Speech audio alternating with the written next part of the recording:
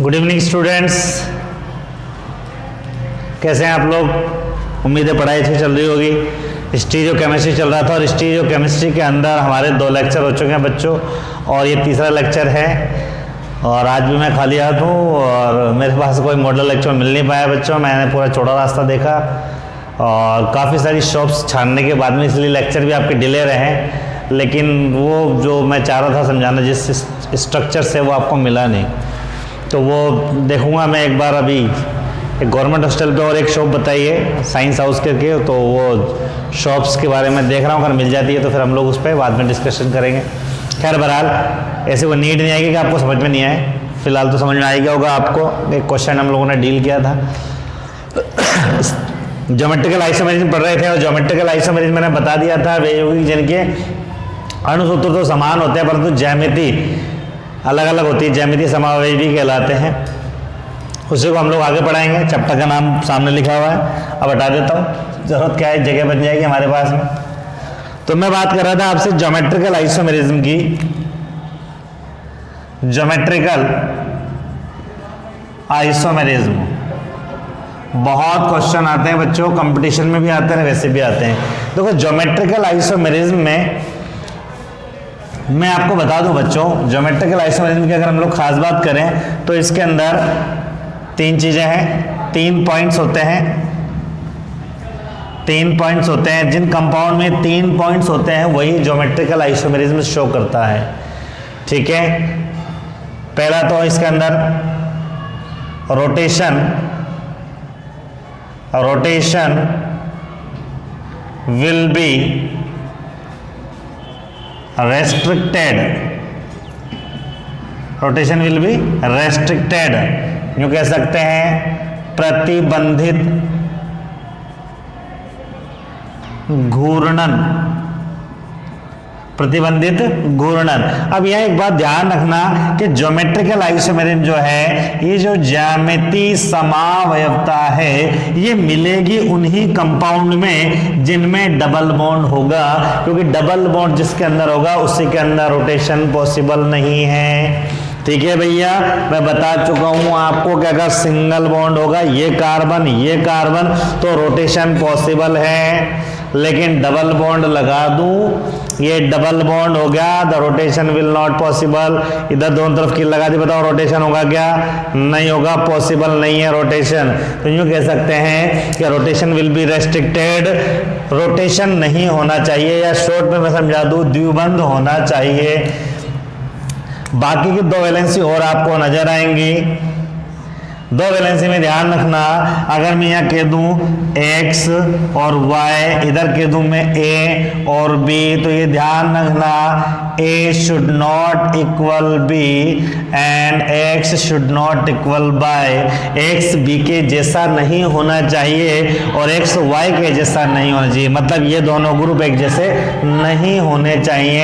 अगर ये दोनों ग्रुप एक जैसे होते हैं then it means the compound will not show geometrical isomerism, मतलब यौगिक आपकी ज्यामिति समावयवता नहीं दर्शाएगा। तो पहली बात तो यह है कि डबल बॉन्ड होना चाहिए। डबल बॉन्ड होने चाहिए को मैंने टेक्निकली बोल दिया कि भैया घूर्णन नहीं होना चाहिए, यही तो बात है यार डबल बॉन्ड का मतलब। ठीक है, तो टेक्निकली बोल दिया प्रतिबंधित घूर्णन। दूसरा मैंने कहा कि a y b के बराबर नहीं होना चाहिए और x y के बराबर नहीं होना चाहिए। कहने का मतलब यह है कि अगर मैं 4 कंपाउंड लिख दूं, ठीक है, पहले एक तीसरे पॉइंट और लिख देता हूं मैं, और तीसरा पॉइंट ये होता है बच्चों इसके अंदर minimum 2 groups should be same in compound. Minimum 2 groups should be same in compound. यौगिक में कम से कम 2 समूह समान होने चाहिए। मान लीजिए मैंने एक कंपाउंड लिखा, अभी बस केवल ये 3 पॉइंट्स लिखने और ये बनाना है, ये नहीं लिखना है जो मैंने लिखा। मान लीजिए मैंने कंपाउंड लिखा ये लिख दिया CH3, ये लिख दिया मैंने H, ये लिख दिया मैंने CH3, ये मैंने लिख दिया CH3। ऑप्शन बी लिख दिया C सिंगल बॉन्ड C, यहाँ लिख दिया मैंने CH3, यहाँ लिख दिया मैंने CH, यहाँ लिख दिया मैंने OH, यहाँ लिख दिया मैंने Br। फिर मैंने यहाँ लिखा ऑप्शन सी लिख दिया मैंने यहाँ पर C double bond C, fluorine, chlorine, bromine और आयोडीन। और ऑप्शन डी मैंने यहाँ लिख दिया बच्चों C double bond C, Cl H, fluorine then H। अब आपसे पूछा ये मैंने A, B, C और D कंपाउंड मैंने लिख दिए, एक और लिख देता हूं, E भी लिख देता हूं, C double bond C, CH3 H, HCH3। तो मैंने पूछा इन 5 कंपाउंड में से ऐसा कौन सा कंपाउंड है, ऐसा कौन सा यौगिक है जो ज्योमेट्रिकल आइसोमेरिज्म ज्यामितीय समावयवता देगा, ये क्वेश्चन है हमारा।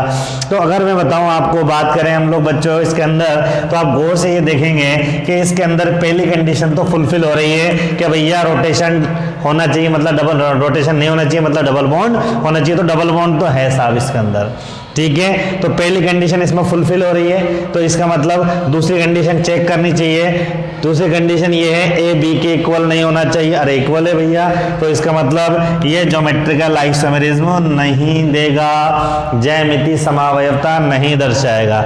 इसकी बात कर रहे हैं भैया, ये देगा क्या, पहली कंडीशन क्या है, डबल बॉन्ड होना चाहिए, नहीं है, ये तो पहली कंडीशन में फेल हो गया, हटा दो। सी वाले के अंदर देखते हैं, पहला है रोटेशन नहीं होना चाहिए, मतलब डबल बॉन्ड होना चाहिए, यस बिल्कुल सही है, पहली कंडीशन पूरी हो जाती है। दूसरी कंडीशन ए बी के जैसा नहीं होना चाहिए, एक्स वाई के जैसा नहीं होना चाहिए, तो ए और बी एक जैसे नहीं है, बिल्कुल सही बात है। एक्स और वाई भी एक जैसा नहीं है, ये भी बिल्कुल सही है। तो क्या दूसरी कंडीशन बिल्कुल सही है क्या, ये दोनों ग्रुप सेम नहीं होना चाहिए, नहीं है भैया।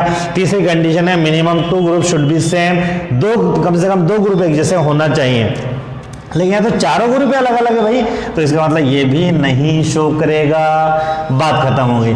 अब इसकी मैं बात कर रहा हूँ आपसे, भैया पहली कंडीशन क्या है, डबल बॉन्ड होना चाहिए, बिल्कुल डबल बॉन्ड है, पहली कंडीशन पूरी हो गई। दूसरी कंडीशन क्या है, इसके जैसा ये नहीं होना चाहिए, बिल्कुल सही है। तीसरी कंडीशन देखिए भैया, मिनिमम 2 ग्रुप एक जैसा होना चाहिए, बिल्कुल 2 ग्रुप हाइड्रोजन एक जैसे हैं इसके अंदर, मतलब ये ज्योमेट्रिकल आइसोमेरिज्म देगा। अगर मैं इसकी बात करूं आपसे, तो इसके अंदर देखिए डबल बॉन्ड होना चाहिए, बिल्कुल सही बात है। उसके बाद में ए बी के इक्वल नहीं है, बिल्कुल सही बात है, ये इसके जैसा नहीं है, इसके जैसा नहीं है। सी मिनिमम 2 ग्रुप सेम होना चाहिए, यहाँ तो मिनिमम 2 ग्रुप के, ये दोनों भी सेम और ये दोनों भी सेम है, तो बिल्कुल सही है। मिनिमम 2 तो होना चाहिए, इससे ज्यादा हो तो कोई दिक्कत नहीं है। तो मतलब यहाँ यूँ कह सकते हैं भैया चारों ग्रुप एक जैसे एक दूसरे से मिलते जुलते हैं, तो ये भी ज्योमेट्रिकल आइसोमेरिज्म देगा। मतलब कहने का मकसद ये है बच्चों कि कोई भी कंपाउंड जो ज्यामितीय समावयवता दर्शाता है, ज्योमेट्रिकल आइसोमेरिज्म दर्शाता है, उसमें ध्यान रखना है डबल बॉन्ड होना चाहिए। दूसरी बात यह है ये दोनों ग्रुप एक जैसे नहीं होना चाहिए। और तीसरी बात यह है कि उसके अंदर कम से कम, ज्यादा तो कितने भी हो, कम से कम 2 ग्रुप एक जैसे होना चाहिए। अगर 2 ग्रुप एक जैसे हैं तो कोई दिक्कत ही नहीं है, लेकिन अगर मान लीजिए यहाँ पर कम से कम 2 ग्रुप, जैसे इसके अंदर दोनों हाइड्रोजन 2 ग्रुप एक जैसे हैं, ठीक है। इसके अंदर क्या है कि यहाँ पर CH3 भी एक जैसा और H भी तो चल जाएगा, ठीक है। क्लियर हो गई समझ में आ गई। तो मैंने कहा आपको ज्योमेट्रिकल आइसोमेरिज्म इस तरीके से शो करते हैं। अब मेरी बात सुनिए बच्चों, ये कंडीशन लिख लीजिए या स्क्रीनशॉट ले लीजिए, ये बना लीजिए और उसके बाद में एक क्वेश्चन करके लिख लीजिए। अब तो ये भी वैल्यूएबल इसलिए हो गए बच्चों हमारे पास में, ये भी वैल्यूएबल इसलिए हो गए क्योंकि अभी हमारे पास में ऑब्जेक्टिव क्वेश्चंस भी आएंगे, ठीक है। और मैं बताना आपको चाह रहा था कि संडे को आपका ये जो संडे ऑफलाइन टेस्ट रहेगा आपका, ऑनलाइन नहीं होगा, ऑफलाइन टेस्ट है आपका। और ऑफलाइन टेस्ट में 1 से लेकर 5 चैप्टर आपके आने हैं और वो नया पैटर्न पे जो आपका बोर्ड एग्जाम होगा, बोर्ड का जो पैटर्न है नया वाला, उसी पे पैटर्न पे आपका एग्जाम होना है, तो उसी के वे में आप तैयारी करेंगे। पैटर्न में क्या होगा ये अगला लेक्चर में आज या कल मैं आपको सेंड कर दूंगा, ये मेरी जिम्मेदारी, ठीक है बच्चों। लिख लीजिए इसके अंदर क्वेश्चन करके लिखिए, निम्न में से कौन सा यौगिक, निम्न में से कौन कौन से यौगिक ज्यामितीय समावयवता दर्शाते हैं, निम्न में से कौन से यौगिक ज्यामितीय समावयवता दर्शाते हैं। अब 1 2 3 4 5 और लिख लीजिए, लिखिए फटाफट से और क्रॉस लगा लीजिए, क्रॉस लगा लीजिए। लिख लिया? नहीं लिखा हो तो स्क्रीनशॉट ले लीजिए। ज्यामितीय समावयवता की मैं बात कर रहा था प्यारे बच्चों आपसे, और ज्यामितीय समावयवता के अंदर ज्योमेट्रिकल आइसोमेरिज्म के अंदर अगर हम लोग बात करें तो ये पहले एक नोट लिख लेंगे, और नोट भैया ये है आपका 2000 का नया वाला नोट है भैया, बहुत इंपॉर्टेंट नोट है, ठीक है। लिखेंगे इस नोट के अंदर same group in same direction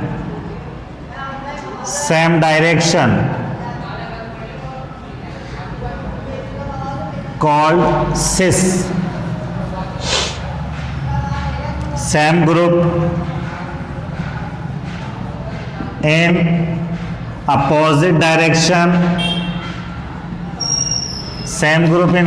direction, called trans.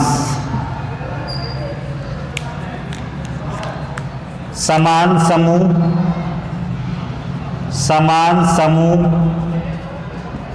समान दिशा, समान समूह समान दिशा, समपक्ष अंग्रेजी में भी लिखेंगे सिस। समान समूह विपरीत दिशा विपक्ष ट्रांस। क्या मीनिंग अभी आपको समझ में आ जाएगा।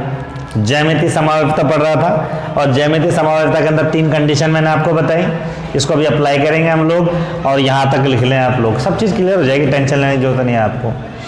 ज्यामितीय समावयवता हम लोग 3 केस पढ़ेंगे, मतलब 3 कंपाउंड ऐसे हैं जिनमें ज्यामितीय समावयवता होती है। ज्यामितीय समावयवता चल रही है, डेफिनेशन के बाद में 3 पॉइंट्स और 3 नोट, वो क्वेश्चन बीच में था ही। चलिए मिटा रहा हूं इसको, लिखेंगे इसमें केस फर्स्ट। ज्यामितीय समावयवता के अंदर चल रहा है मामला, और इसमें लिखेंगे केस फर्स्ट, और केस फर्स्ट है आपका इन एल्कीन्स,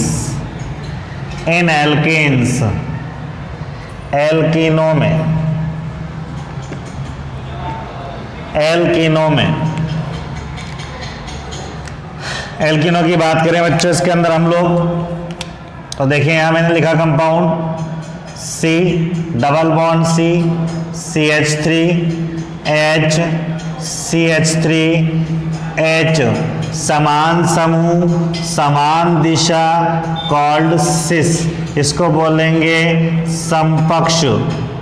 क्या बोलेंगे भैया, इसको बोलेंगे समपक्ष। कंपाउंड का क्या नाम है, कंपाउंड का नाम है 2-ब्यूटीन। कैसे पता, 1 2 3 4 हाइड्रोजन तो काउंट करते ही नहीं है, तो इसका नाम है 2-ब्यूटीन। हिंदी में लिखने की जरूरत थोड़ी है, आप भी अंग्रेजी में लिख लो, हिंदी में वाले में 2-ब्यूटीन। और इसको हम लोग क्या बोलेंगे, इसको बोलेंगे हम लोग सिस। क्या बोलेंगे भैया, सिस समपक्ष। और समपक्ष क्यों बोलेंगे, मैंने आपको बोला समान समूह समान दिशा सिस। और अगर हम लोग बात करें इसकी C डबल बॉन्ड C, ये आपका CH3, ये आपका H, ये आपका H, ये आपका CH3, ये भी 2-ब्यूटीन है, ये भी 2-ब्यूटीन ही है। 1 2 3 4 ठीक है भैया, 2-ब्यूटीन हो गया। लेकिन इसको क्या बोलेंगे, इसको बोलेंगे हम लोग ट्रांस। क्या बोलेंगे, ट्रांस, या क्या कहेंगे हम लोग इसको, विपक्ष। और विपक्ष की डेफिनेशन आपको पता है, समान समूह एक दूसरे की विपरीत दिशा में होते हैं तो ट्रांस होते हैं। ठीक है, ये एग्जाम्पल नंबर फर्स्ट हो गया हमारे पास में, एग्जाम्पल नंबर फर्स्ट हो गया बच्चों। एग्जाम्पल नंबर 2 देखिए, C डबल बॉन्ड C, ये Cl, ये H, ये Cl, ये H। ठीक है, क्या नाम हो गया बताओ इसका, इसका नाम हो गया 1,2 क्लोरो, 1,2 डाइक्लोरो, 1,2 डाइक्लोरो ब्यूटीन। 1,2-डाइक्लोरोब्यूटेन, ठीक है। और यहाँ लिख दिया मैंने C डबल बॉन्ड C, यहाँ लिखा मैंने Cl, यहाँ लिखा मैंने H, इसको मैंने अपोजिट कर दिया, इधर इस वाले H को कर दिया ऊपर, इसको कर दिया Cl, नाम अब भी वही रहेगा, क्या रहेगा 1,2-डाइक्लोरोब्यूटेन। अच्छा खास बात यह है कि कई बार इसका पूरा नाम मिला के लिखते हैं तो आगे सिस लगा देते हैं, सिस 2-ब्यूटेन, ट्रांस 2-ब्यूटेन, इस तरीके से सिस 1,2-डाइक्लोरोब्यूटेन ट्रांस। अगर इसकी बात करें सेम समूह इन same direction, same group in same direction, क्या कहलाएगा भैया, क्या बोलाएगा सिस। हिंदी में बोले तो समपक्ष, और समान समूह एक दूसरे के विपरीत दिशा में क्या कहलाएगा भैया, ट्रांस। क्या कहेंगे इसको, विपक्ष। तो ज्यामितीय समवायिता के अंदर सिस और ट्रांस समझ में आ रहे हैं। और एग्जांपल दिखा के और बता देता हूं एग्जांपल इसके अंदर, और एग्जांपल देख लीजिए। C डबल बॉन्ड C, ये H, ये COOH, ये COOH, समान समूह समान दिशा, क्या कहलाएगा सिस। लेकिन इसका नाम है मैलेइक अम्ल। क्या है भैया, मैलेइक अम्ल, मैलेइक एसिड, ठीक है भैया। लेकिन यहीं पर मैं बना दूं इस तरीके से, यहाँ बना दिया C डबल बॉन्ड C, यहाँ लिख दिया H, यहाँ लिख दिया COOH, इसको उल्टा कर दिया, इधर कर दिया C, इसको कर दिया हम लोगों ने COOH, यहाँ कर दिया मैंने H। तो समान समूह एक दूसरे की विपरीत दिशा, क्या कहलाएगा, इसका नाम है फ्यूमेरिक अम्ल,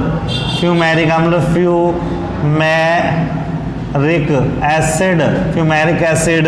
और ये आपका हो जाएगा आपका समान समूह समान दिशा, same group in same direction called cis, same group in opposite direction called trans.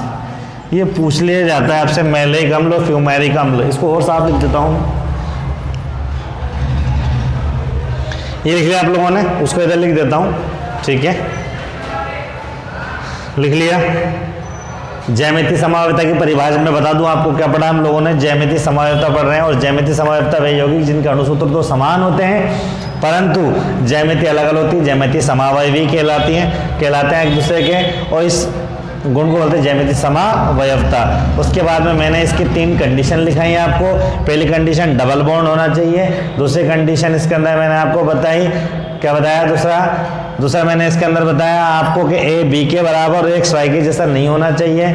और तीसरी बात बताई मैंने आपको, इसके अंदर मिनिमम 2 ग्रुप समान होना चाहिए। फिर एक नोट लिखवाया, समान समूह समान दिशा में होंगे तो सिस कहलाएंगे, और समान समूह एक दूसरे के विपरीत होंगे तो ट्रांस कहलाएंगे।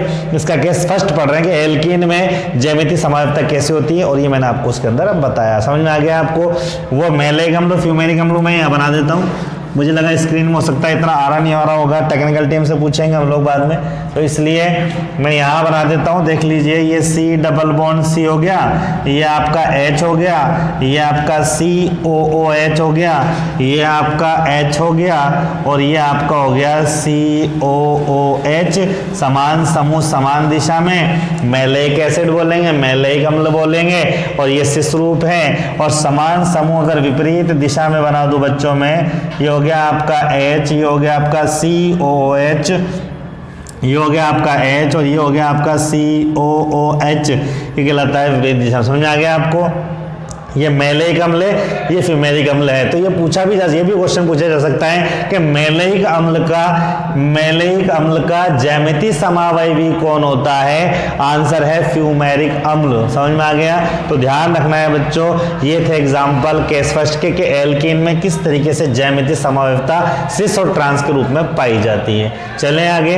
अब इसके अंदर करेंगे आप केस सेकेंड।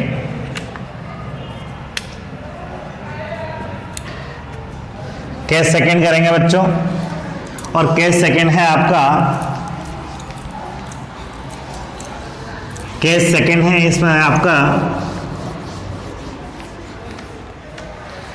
ये केस सेकेंड है, और केस सेकेंड है इन एलिसाइक्लिक इन एलिसाइक्लिक कंपाउंड्स, एलिसाइक्लिक यौगिकों में, एलिसाइक्लिक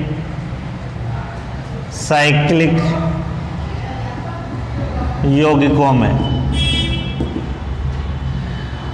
एलिसाइक्लिक यौगिकों में, ठीक है। अगर एलिसाइक्लिक यौगिकों की बात करें बच्चों इसके अंदर, तो हमारे पास में देखो दो चीज होती है, एक तो होता है एरोमेटिक और होता है एलिसाइक्लिक। अच्छा, एरोमेटिक तो बच्चों वो कंपाउंड्स होते हैं, एरोमेटिक वो कंपाउंड्स होते हैं जो धुएं के साथ जलते हैं, स्पेशल उसके अंदर जो कह सकते हैं कि धुएं के साथ जो जलते हैं वो कहलाते हैं एरोमेटिक। और एलिसाइक्लिक वो होते हैं जिसके अंदर जो विदाउट फ्यूम्स, धुएं के बिना जलते हैं। एलिसाइक्लिक कंपाउंड में बता देता हूँ आपको क्या होते हैं। जैसे अगर हम लोग इसके अंदर बात करें बच्चों, तो हमारे पास में ये है, हमारे पास में ये कंपाउंड बना दिया मैंने, ये है हमारे पास में बच्चों साइक्लोप्रोपेन। क्या है बच्चों? ये साइक्लोप्रोपेन है ये मेरे पास में, ठीक है। क्या है बच्चों? ये साइक्लोप्रोपेन।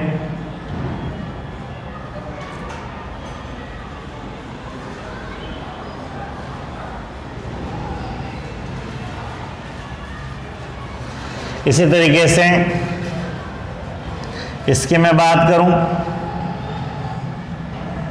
ये बच्चों ये हमारे पास में है साइक्लोब्यूटेन। क्या है बच्चों? ये हमारे पास में साइक्लोब्यूटेन है, ये हमारे पास में साइक्लोब्यूटेन है बच्चों। ये हमारे पास में क्या है भैया? साइक्लोब्यूटेन है, ठीक है। फिर उसके बाद में बना दिया मैंने बच्चों ये क्या है हमारे पास में? ये साइक्लोपेंटेन है। क्या बच्चों? ये हमारे पास में साइक्लोपेंटेन है। तो मैंने यहाँ एलिसाइक्लिक कंपाउंड की बात की, और एलिसाइक्लिक कंपाउंड के सामने आपको मैंने 3 एग्जांपल लिखे केस सेकंड के अंदर। पहला है साइक्लोप्रोपेन, दूसरा है साइक्लोब्यूटेन, तीसरा है साइक्लोपेंटेन, ठीक है। इसमें 2-3 बातें आपको याद रखनी है। पहली बात तो अभी आपके मन में क्वेश्चन होगा, बोले गुरुजी आपने ये नीचे वाली लाइन डार्क क्यों कर दी? इसमें भी डार्क है, इसमें भी डार्क है, बाकी इसमें ये एक्चुअल में इसकी 3D स्ट्रक्चर है। 3D स्ट्रक्चर का मतलब मैं समझा दूं, जो डार्क है एक्चुअल में ये जो आपको ट्राइंगल नजर आ रहा है ये ऐसे है, ये जो कोना है ये आपकी तरफ है, ऐसे ये कोना आपकी तरफ है और ये मेरी तरफ है। इसी तरीके से ये वाली जो रिंग है वो ऐसे नहीं है, ये ऐसे है। ये वाला जो पार्ट है ये आपकी तरफ है इस तरीके से, मतलब ये वाला पार्ट जो डार्क वाला पार्ट ये आपकी तरफ है और ये वाला मेरी तरफ है। इसी तरीके से अगर साइक्लोपेंटेन की बात करें तो ये भी ऐसे है, ये जो स्ट्रक्चर है ये ऐसे है, ये मतलब ये वाला पार्ट आपकी तरफ है, मतलब यूं कह सकते हैं ये वाला पार्ट आपकी तरफ है और ये वाला पार्ट मेरी तरफ है। तो यूं कह सकते हैं बच्चों कि यहाँ पर ये जो स्ट्रक्चर मैंने बनाई है जिसमें डार्क शो किया है, ये इसकी 3D स्ट्रक्चर को शो करता है, त्रिविम संरचना को दर्शाता है। पहली चीज तो ये तो मैंने आपको समझाया ऐसा क्यों किया मैंने। अब मैं बता दूं आपको कि एलिसाइक्लिक यौगिकों में यहाँ पर ज्यामितीय समावयवता उसी कंडीशन में होती है जबकि इसमें 2 प्रतिस्थापी होते हैं, 2 साइड चेन होती है। अब मेरी बात सुनिए बच्चों, मैंने यहाँ लिख दिया H, यहाँ लिख दिया मैंने यहाँ लिख दिया H, यहाँ लिख दिया मैंने CH3, यहाँ लिख दिया मैंने H, यहाँ लिख दिया मैंने CH3। तो same group in same direction क्या कहलाएगा? इसको हम लोग कहेंगे सिस। क्या कहेंगे बच्चों? इसको हम लोग कहेंगे सिस। समपक्ष खुद लिख लेंगे, इसके नीचे लिखने की जरूरत नहीं है, आप लिख लीजिए सिस। अब मैं इसको ऐसे लिख दूं बच्चों, इसको यहाँ पर मेरे पास में H, ये CH3 है मेरे पास में, और इसको मैं ऐसे रोटेट कर दूं तो ये ऊपर आ गया CH3, ये आ गया H। तो same group in opposite direction क्या कहलाएगा? ये कहलाएगा आपका ट्रांस, ठीक है। इसी तरीके से साइक्लोब्यूटेन की बात करें, यहाँ मैंने लिख दिया H, यहाँ लिख दिया मैंने CH3, यहाँ लिख दिया मैंने H, यहाँ लिख दिया मैंने CH3। Same group in same direction क्या कहलाएगा भैया? ये कहलाएगा आपका सिस। यहाँ लिख दिया मैंने H, यहाँ लिख दिया मैंने CH3, यहाँ ऊपर लिख दिया CH3, नीचे लिख दिया H। Same group in opposite direction क्या कहलाएगा बच्चों? ये कहलाएगा आपका ट्रांस, ठीक है। अगर मैं इसकी बात करूं आपसे तो इसके अंदर मैंने यहाँ लिख दिया H, यहाँ लिख दिया मैंने CH3, यहाँ लिख दिया मैंने H, यहाँ लिख दिया मैंने CH3। तो ये कहलाएगा आपका, क्या कहलाएगा, same group in same direction. क्या कहलाएगा भैया, सिस मतलब समकक्ष। और यहाँ लिख दिया मैंने H, यहाँ लिख दिया मैंने CH3, यहाँ लिख दिया मैंने CH3, यहाँ लिख दिया मैंने H। क्या कहलाएगा भैया, ये ट्रांस कहलाएगा। सिस की जगह समकक्ष लिख देंगे, ट्रांस की जगह विपक्ष लिख देंगे, ये आपका काम है। ठीक है, तो यहाँ आपको समझ में आया एलिसाइक्लिक यौगिकों में भी सिस और ट्रांस होता है, एलिसाइक्लिक कंपाउंड में भी सिस और ट्रांस होता है। लेकिन काम की बात बच्चों ये है कि अगर सेम ग्रुप सेम डायरेक्शन में होगा तो सिस होगा, अपोजिट में होगा तो ट्रांस होगा। दूसरी काम की बात यह है कि minimum 2 substitutes, minimum 2 side chains are should be available in the compound, कि किसी भी यौगिक के अंदर जो एलिसाइक्लिक है उसके अंदर क्या होना चाहिए भैया, उसके अंदर कम से कम 2 प्रतिस्थापक समूह 2 साइड चेन के फॉर्म में होना चाहिए। और तीसरी बात यह है कि इसके अंदर घूर्णन नहीं पाया जाता। तो एलिसाइक्लिक यौगिकों में भी घूर्णन नहीं पाया जाता, और जिनमें मिनिमम 2 प्रतिस्थापी पाए जाते हैं क्या बताते हैं भैया, ज्यामितीय समावयवता दर्शाते हैं। तो ज्यामितीय समावयवता के अंदर पहले मैंने बताया आपको डबल बॉन्ड वाले, जिसमें सिस और ट्रांस बताया, उसमें सेम कंडीशन थी, सेम ग्रुप सेम डायरेक्शन में सिस, सेम ग्रुप अपोजिट डायरेक्शन में ट्रांस। फिर मैंने आपको बताया एलिसाइक्लिक के अंदर सेम ग्रुप सेम डायरेक्शन सिस, अपोजिट डायरेक्शन ट्रांस। वहाँ डबल बॉन्ड के कारण रोटेशन नहीं होता है। और यहाँ पर यूँ कह सकते हैं बच्चों, यहाँ पर क्या होता है कि यहाँ पर साइक्लिक स्ट्रक्चर, चक्रीय संरचना के कारण इसमें घूर्णन नहीं पाया जाता, और मिनिमम 2 प्रतिस्थापी समूह पाए जाते हैं। बात समझ आएगी नहीं आपको। तो ये था ज्यामितीय समावयवता का केस सेकेंड। अब लिखेंगे केस थर्ड। लिख लीजिए इसको एक बार, सिस और ट्रांस आप लिख ही लेंगे, समझ में आ गया होगा। मन में क्वेश्चन आ रहा हो गुरुजी क्वेश्चन कैसे आएगा एग्जाम में, तो एलिसाइक्लिक यौगिकों में ज्यामितीय समावयवता को दर्शाइए, तो बता सकते हैं आप लोग इसको सिस और ट्रांस में। या right a short notes on cyclic alicyclic geometrical isomerism. Alicyclic compound में लिखोगे तो आप लिख दोगे इसके अंदर कि साइक्लिक स्ट्रक्चर, चक्रीय संरचना के कारण क्या नहीं पाया जाता, घूर्णन नहीं पाया जाता, इसलिए दर्शाते हैं। समान समूह समान दिशा में सिस, अपोजिट दिशा में क्या हो जाएगा बच्चों, ये ट्रांस कहलाएगा। बात समझ में आ गई, बोलिए, मिटा दिया जाए इसको, चलें आगे। चलिए, उसके बाद में अगला आता है हमारे पास में केस थर्ड। अब केस थर्ड की बात करें तो केस थर्ड इसके अंदर थोड़ा सा स्पेशल है, उसमें सिस और ट्रांस नहीं कहेंगे, उसमें कहेंगे सिन और एंटी। क्या कहेंगे अभी दिखाता हूं, पहले लिखेंगे केस हो गया हमारे पास में थर्ड, लिखेंगे इन ऑक्सिम्स, इन ऑक्सिम्स, ऑक्सिम्स में। अब ये ऑक्सिम्स कौन सी बला है मैं आपको बता चुका हूं, ठीक है। मैंने आपको ये विक्टर मैट टेस्ट में ऑक्सिम्स हमने देखा था, कोई बात नहीं अगर आपको याद नहीं है, ऑर्गेनिक पूरी पढ़ चुके, लेकिन मैं आपको बता दूं कि जिसके अंदर NOH ग्रुप मिलता है, इस NOH ग्रुप को ही हम लोग ऑक्सिम्स बोलते हैं, ध्यान रखना, ठीक है। इस NOH ग्रुप को क्या हम लोग बोलते हैं, ऑक्सिम्स बोलते हैं। इसके अंदर देखिए बच्चों क्या होता है, मैंने यहाँ लिखा C डबल बॉन्ड N, और आप जानते हैं इस चीज के लिए डबल बॉन्ड है तो रोटेशन होगा ही नहीं, ठीक है। यहाँ मैंने लिख दिया H, यहाँ लिख दिया मैंने CH3, और यहाँ लिख दिया मैंने OH। फिर एक कंपाउंड लिखा मैंने C डबल बॉन्ड N, इधर लिख दिया मैंने OH, इधर लिख दिया मैंने H, इधर लिख दिया मैंने CH3। फिर मैंने एक कंपाउंड लिखा है यहाँ पर C double bond N, C double bond N, इधर लिख दिया मैंने CH3, इधर लिख दिया मैंने C6H5, इधर लिख दिया मैंने OH। इसी तरीके से बच्चों मैंने यहाँ पर लिख दिया C डबल बॉन्ड N, यहाँ लिख दिया मैंने CH3, यहाँ लिख दिया मैंने OH, यहाँ लिख दिया मैंने C6H5, ठीक है। बात समझ में आ गई बच्चों। मैं आपको बता दूं बच्चों कि नाइट्रोजन से जुड़ा OH, नाइट्रोजन से जुड़ा OH और कार्बन से जुड़ा छोटा समूह या हाइड्रोजन, कार्बन से जुड़ा छोटा समूह, कार्बन से जुड़ा छोटा समूह या हाइड्रोजन अगर समान दिशा में होते हैं तो इसको बोलते हैं सिन। क्या बोलते हैं भैया, इसको बोलते हैं सिन। और नाइट्रोजन से जुड़ा OH और कार्बन से जुड़ा H या छोटा ग्रुप एक दूसरे के विपरीत दिशा में होते हैं तो इसको बोलते हैं हम लोग एंटी। क्या बोलते हैं भैया? इसको बोलते हैं हम लोग एंटी।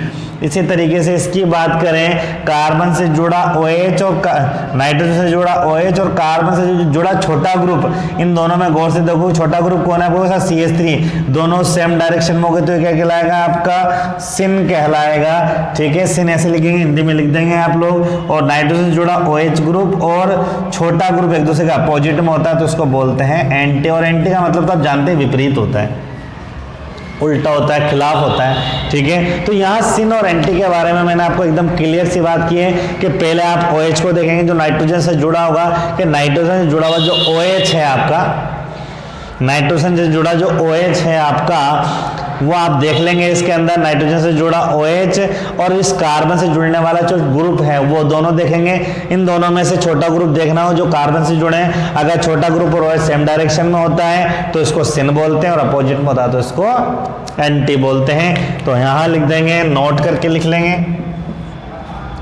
ठीक है, नोट करके लिख लेंगे। ये भी 2000 का नोट है, नया वाला है। देखो 4000 कमा लिया आज आपने।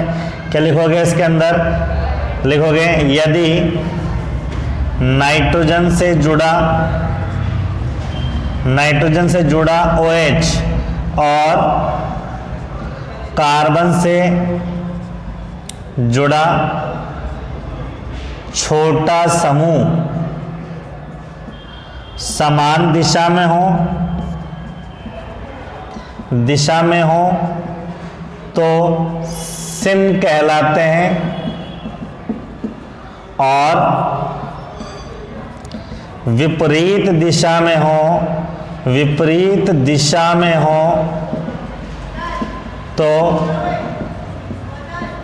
एंटी कहलाते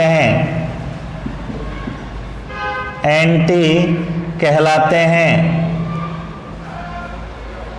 यदि नाइट्रोजन, नीचे लिख लेंगे नोट करके यहाँ, यदि नाइट्रोजन से जुड़ा हुआ समूह और कार्बन से जुड़ा छोटा समूह समान दिशा में हो तो सिन, विपरीत में हो तो एंटी। इंग्लिश मीडियम में लिखेंगे if OH group attach with nitrogen,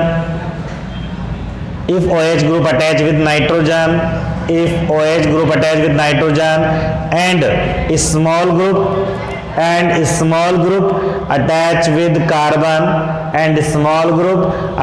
with carbon present in same direction called sin, and present in opposite direction if present in opposite direction called anti।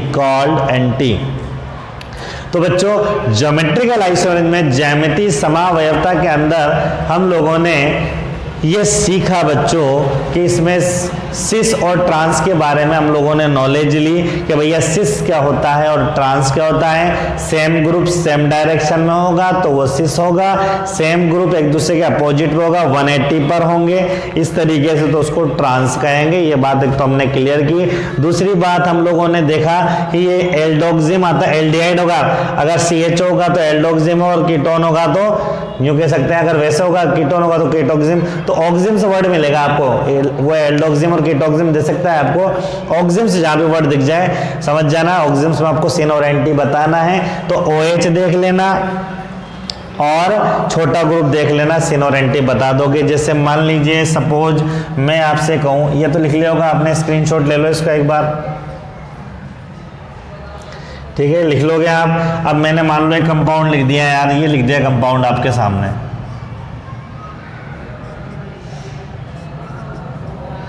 और यहां मैंने कंपाउंड लिखा, बताइए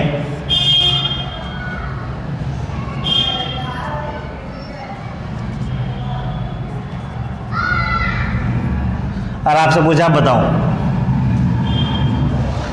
मैंने आपसे पूछा बताओ इन दोनों में से ये कौन सा फॉर्म है, तो आपने कहा देखो नाइट्रोजन से जुड़ा OH ग्रुप और कार्बन जुड़ा, दोनों दो ग्रुप देख लो, दोनों में छोटा ग्रुप कौन सा है ये कहोगे तो भैया ये छोटा ग्रुप इधर है, एक दूसरे के विपरीत आ रहे हैं ना, तो क्या कहलाएगा, आपका एंटी कहलाएगा। समझ में आ गया? बोलो क्लियर हुआ कि नहीं हुआ? तो इस तरीके से सिन और एंटी आप बता सकते हैं। क्लियर हो गया? अब इसके अंदर एक तीसरा, इसके अंदर एक जो कह सकते हैं ज्योमेट्रिकल आइसोमेरिज्म में एक चौथा केस हो रहा है, वो आपके सिलेबस में नहीं, लेकिन मैं करा रहा हूँ आपको, आप कर लीजिए, कंपटीशन के हिसाब से देख लेना, इसमें देखने जितने बोर्ड के हिसाब से। केस फोर्थ लिख लेंगे आप।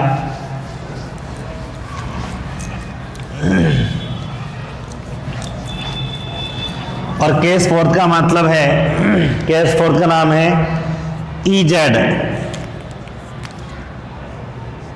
ई जेड, और जेड जो वर्ड है ये बना है जुस्सामन से। जुस्सामन, जूस मैन, जूसा मैन, कुछ भी कह सकते हैं। इसका मीनिंग हिंदी में जरूर याद रखना, साथ साथ। इसमें ये जो ज्योमेट्रिकल आइसोमेरिज्म की जो तीसरी कंडीशन है वो फुलफिल नहीं होती है, मतलब minimum 2 group should be same, वो जरूरी नहीं है इसके अंदर। ठीक है, सुन लीजिए, मैंने यहाँ पर एक कंपाउंड लिखा C डबल बॉन्ड C, यहाँ लिखा फ्लोरीन, यहाँ लिखा क्लोरीन, यहाँ लिखा हाइड्रोजन, और यहाँ लिखा मैंने ब्रोमीन। फिर ऐसे ही कंपाउंड मैंने यहाँ पर लिखा, यहाँ C डबल बॉन्ड C लिखा, मैंने यहाँ लिखा H, यहाँ लिखा मैंने OH, यहाँ लिखा मैंने CH3, और यहाँ लिखा मैंने Cl।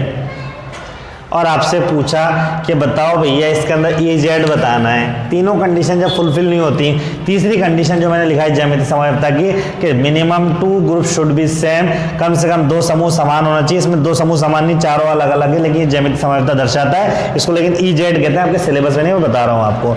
जब ऐसी कंडीशन हो जाए कि डबल बॉन्ड भी हो, ये इसके जैसा नहीं हो, और चारों ग्रुप अलग अलग हो, चारों ग्रुप डबल बॉन्ड होना चाहिए, चारों ग्रुप अलग अलग होना चाहिए, तब क्या करना है वो सुन लो आप।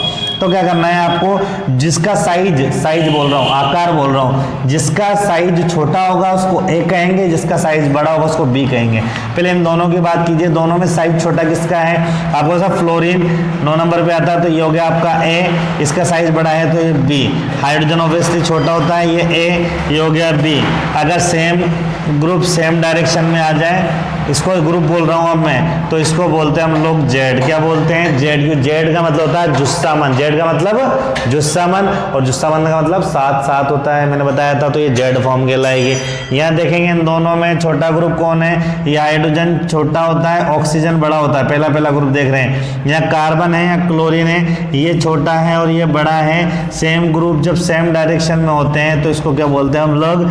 जेड फॉर्म कहते हैं। इसी तरीके से मैंने यहाँ एक कंपाउंड और लिख दिया, यहाँ लिख दिया मैंने C डबल बॉन्ड C, यहाँ लिख दिया मैंने OH, या यहाँ मैंने लिख दिया फ्लोरीन, यहाँ लिख दिया आयोडीन, यहाँ लिख दिया मैंने ब्रोमीन, और यहाँ लिख दिया मैंने क्लोरीन। अब मैंने कहा भैया बताओ इसके अंदर कौन सा रूप है, तो आप कहेंगे, इन दोनों को गौर से देखेंगे आप तो कहेंगे छोटा तो भैया फ्लोरीन होता है, आयोडीन बड़ा होता है, बी करेंगे। इन दोनों की बात करेंगे, इन दोनों में छोटा ग्रुप कौन है? अब सब क्लोरीन छोटा होता है, ब्रोमीन। जब ग्रुप एक दूसरे का अपोजिट आते हैं तो इसको हम लोग बोलते हैं एंटेजन। क्या बोलते हैं भैया? एंटेजन बोलते हैं इसको। तो ये ई फॉर्म आ जाएगा। आपको फुल फॉर्म याद भी नहीं रखनी है और आपके एग्जाम में आता भी नहीं है, तो वैसे भी याद नहीं करना है। तो ई जेड ध्यान रखना है। इसको याद करने का तरीका यही है, पहले तो इसको नोट इन सिलेबस लिख लो, अपने सिलेबस में नहीं है, लेकिन इस बात मैंने बताया आपको, जेड का मतलब जुस्सामन होता है और जुस्सामन का मतलब होता है साथ साथ। जब छोटे समूह समान दिशा में होंगे तो उसको जेड कहेंगे, विपरीत होंगे तो, अगर ग्रुप विपरीत दिशा में होंगे तो क्या कहलाएंगे बेटा? क्या कहलाएंगे? ई। तो यहाँ एक नोट लिख लेंगे, नोट 50 का है क्योंकि हमारे काम का नहीं है, एक्स्ट्रा है, इसलिए लिख देंगे यहाँ पर छोटे आकार वाला समूह, छोटे आकार वाला समूह ए, बड़े आकार वाला समूह बी। छोटे आकार वाला समूह क्या हो जाएगा? ए, बड़े आकार वाला समूह बी हो जाएगा। ठीक है, और अगर छोटे समूह साथ साथ आएंगे, समूह साथ